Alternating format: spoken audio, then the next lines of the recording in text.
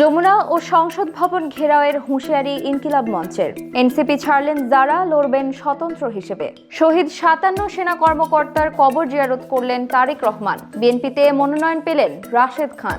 ১.৫ যুগ পর শ্বশুরবাড়িতে তারেক রহমান। কুমিল্লায় আসিফ মাহমুদের পক্ষে মনোনয়নপত্র উত্তোলন।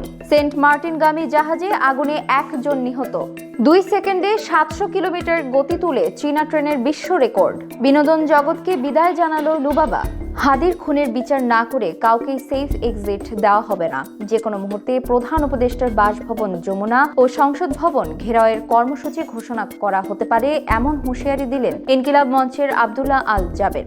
শাহবাগে হাদি হত্যার বিচারের দাবিতে দ্বিতীয় দিনের মতো উত্তাল সমাবেশে তিনি এই ঘোষণা দেন। এর আগের দিন জুম্মার নামাজের পর শুরু হওয়া সমাবেশে তারা সারা রাত অবস্থান করেন। এদিন সরকারের উপদেষ্টারা সশরীরে শাহবাগে উপস্থিত হয়ে জবাবদিহি না করা পর্যন্ত আন্দোলন শাহবাগ থেকে সরবে না বলে তারা ঘোষণা দেন। তখন তিনি অভিযোগ করেন, ক্যান্টনমেন্টে হাজিরা দেওয়া ব্যক্তিরা এখন তাদের বিভিন্ন নির্দেশ দিতে চাইছেন। হাদির রক্তে ভেজা জমিনে তাদের উপেক্ষা করা চলবে না বলেও সতর্ক করেন জাবের। এনসিপি ছেড়ে ঢাকা ৯ আসনে স্বতন্ত্র প্রার্থী হিসেবে নির্বাচনে লড়ার ঘোষণা দিলেন তাসনিম জারা। তার ফেসবুক পেজের এক পোস্টে ব্যক্তিগত কারণে দল ত্যাগ করার ইঙ্গিত দিয়েছেন। যদিও এনসিপি সূত্র বলছে, তাসনিম জারার পদত্যাগের পেছনে মূল কারণ হলো জামায়াতে ইসলামের সঙ্গে নির্বাচনী জোটের সিদ্ধান্তে অসন্তুষ্টি। নির্বাচন আইন অনুযায়ী স্বতন্ত্র প্রার্থী হিসেবে লড়তে তাকে ঢাকা ৯ আসনের ৪,৬৯৩ জনের ভোটারের সমর্থন সূচক স্বাক্ষর সংগ্রহ করতে হবে। এছাড়া যারা জানিয়েছেন, তার সিদ্ধান্তের সাথে দ্বিমত পোষণকারী কেউ চাইলে তাদের দেওয়া নির্বাচনী অনুদান নির্দিষ্ট ফর্ম পূরণ করে ফেরত নিতে পারবেন।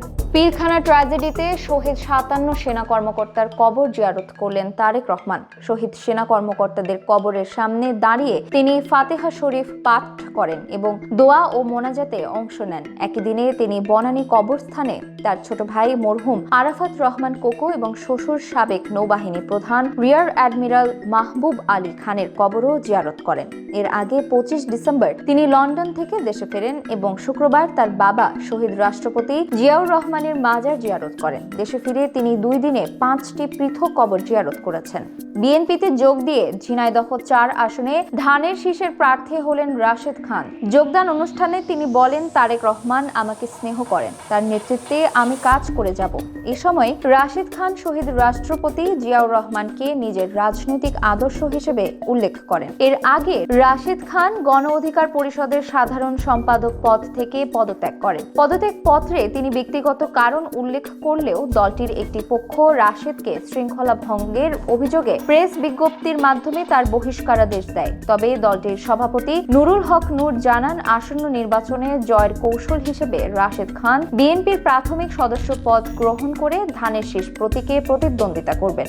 ১.৫ যুগ পর শ্বশুরবাড়ি মাহবুব ভবনে গেলেন তারেক রহমান। বিকেলে তিনি কড়া নিরাপত্তার মধ্য দিয়ে গুলশানের বাসভবন থেকে ধানমন্ডির উদ্দেশ্যে রওনা হন। শ্বশুরবাড়িতে যাওয়ার আগে তিনি বনানী কবরস্থানে তার ছোট ভাই আরাফাত রহমান কোকো এবং বনানীর সামরিক কবরস্থানে তার শ্বশুর সাবেক নৌবাহিনী প্রধান রিয়ার অ্যাডমিরাল মাহবুব আলী খানের কবর জিয়ারত করেন। এর আগে সকালে তিনি শহীদ শরীফ ওসমান হাদির কবরে পুষ্পস্তবক অর্পণ ও জিয়ারত করেন। সেখান থেকে আগারগাঁওয়ে নির্বাচন কমিশন ভবনে গিয়ে তার ভোটার নিবন্ধন ও জাতীয় পরিচয় পত্রের কার্যক্রম সম্পন্ন করেন। কুমিল্লা ৩ আসন থেকে মনোনয়নপত্র সংগ্রহ করলেন আসিফ মাহমুদ সজীব ভূঁইয়া। জেলা প্রশাসন সূত্র জানায়, আসিফ মাহমুদ সজীব ভূঁইয়ার পক্ষ থেকে তার কর্মী সমর্থকরা মনোনয়নপত্র গ্রহণ করেছেন। তবে মাহমুদের পক্ষ থেকে দাবি করা হয়েছে, তার কিছু সমর্থক তাকে না জানিয়ে এই মনোনয়ন নিয়েছেন। এদিকে সংশ্লিষ্ট নথিপত্র অনুযায়ী রেজিস্ট্রারে আসিফ মাহমুদের বর্তমান ঠিকানা হিসেবে ঢাকা দক্ষিণ সিটি কর্পোরেশনের নিউ মার্কেট এবং স্থায়ী ঠিকানা হিসেবে কুমিল্লার মুরাদনগর উপজেলার আকবপুর উল্লেখ করা হয়েছে।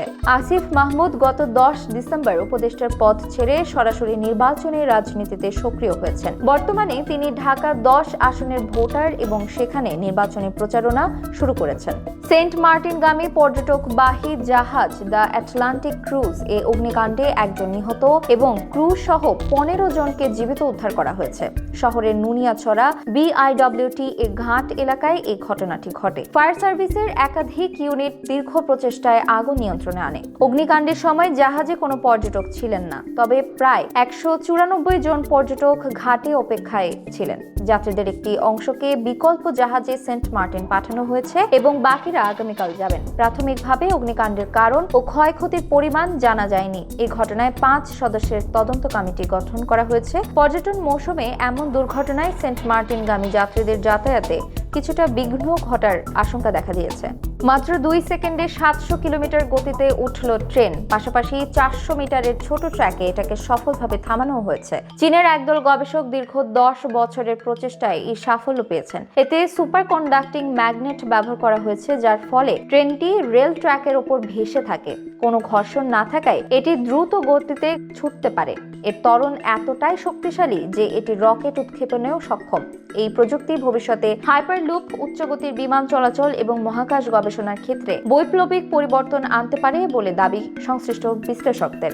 বিনোদন জগৎকে বিদায় দিয়ে নিয়মিত নামাজ এবং কোরআন তিলাওয়াতের পাশাপাশি ধর্মীয় অনুশাসন মেনে চলার সিদ্ধান্ত নিয়েছেন শিশুশিল্পী সিমরিন লুবাবা। তিনি এখন থেকে বাইরে বের হওয়ার সময় নেকাব বা পর্দা করার সংকল্প করেছেন এবং ইতোমধ্যে তার বেশ কিছু ছবি নেকাব পরিহিত অবস্থায় সামাজিক যোগাযোগ মাধ্যমে এসেছে। মডেলিং এর চেয়ে বর্তমানে তিনি পড়াশোনা এবং ধর্মীয় চর্চাকে বেশি গুরুত্ব দিচ্ছেন বলে গণমাধ্যমকে জানিয়েছেন। বয়সের তুলনায় অভিনয়ে পরিপক্ক হওয়ায় নেটিজেনরাও তাকে ডাকতেন পাকনা লুবাবা নামে। লুবাবার মা জানান, লুবাবার নিজেরই উপলব্ধি হয়েছে সে আর মিডিয়ার কাজ করবে না, মুখ দেখাবে না, তাই নেকাব পরা শুরু করেছে।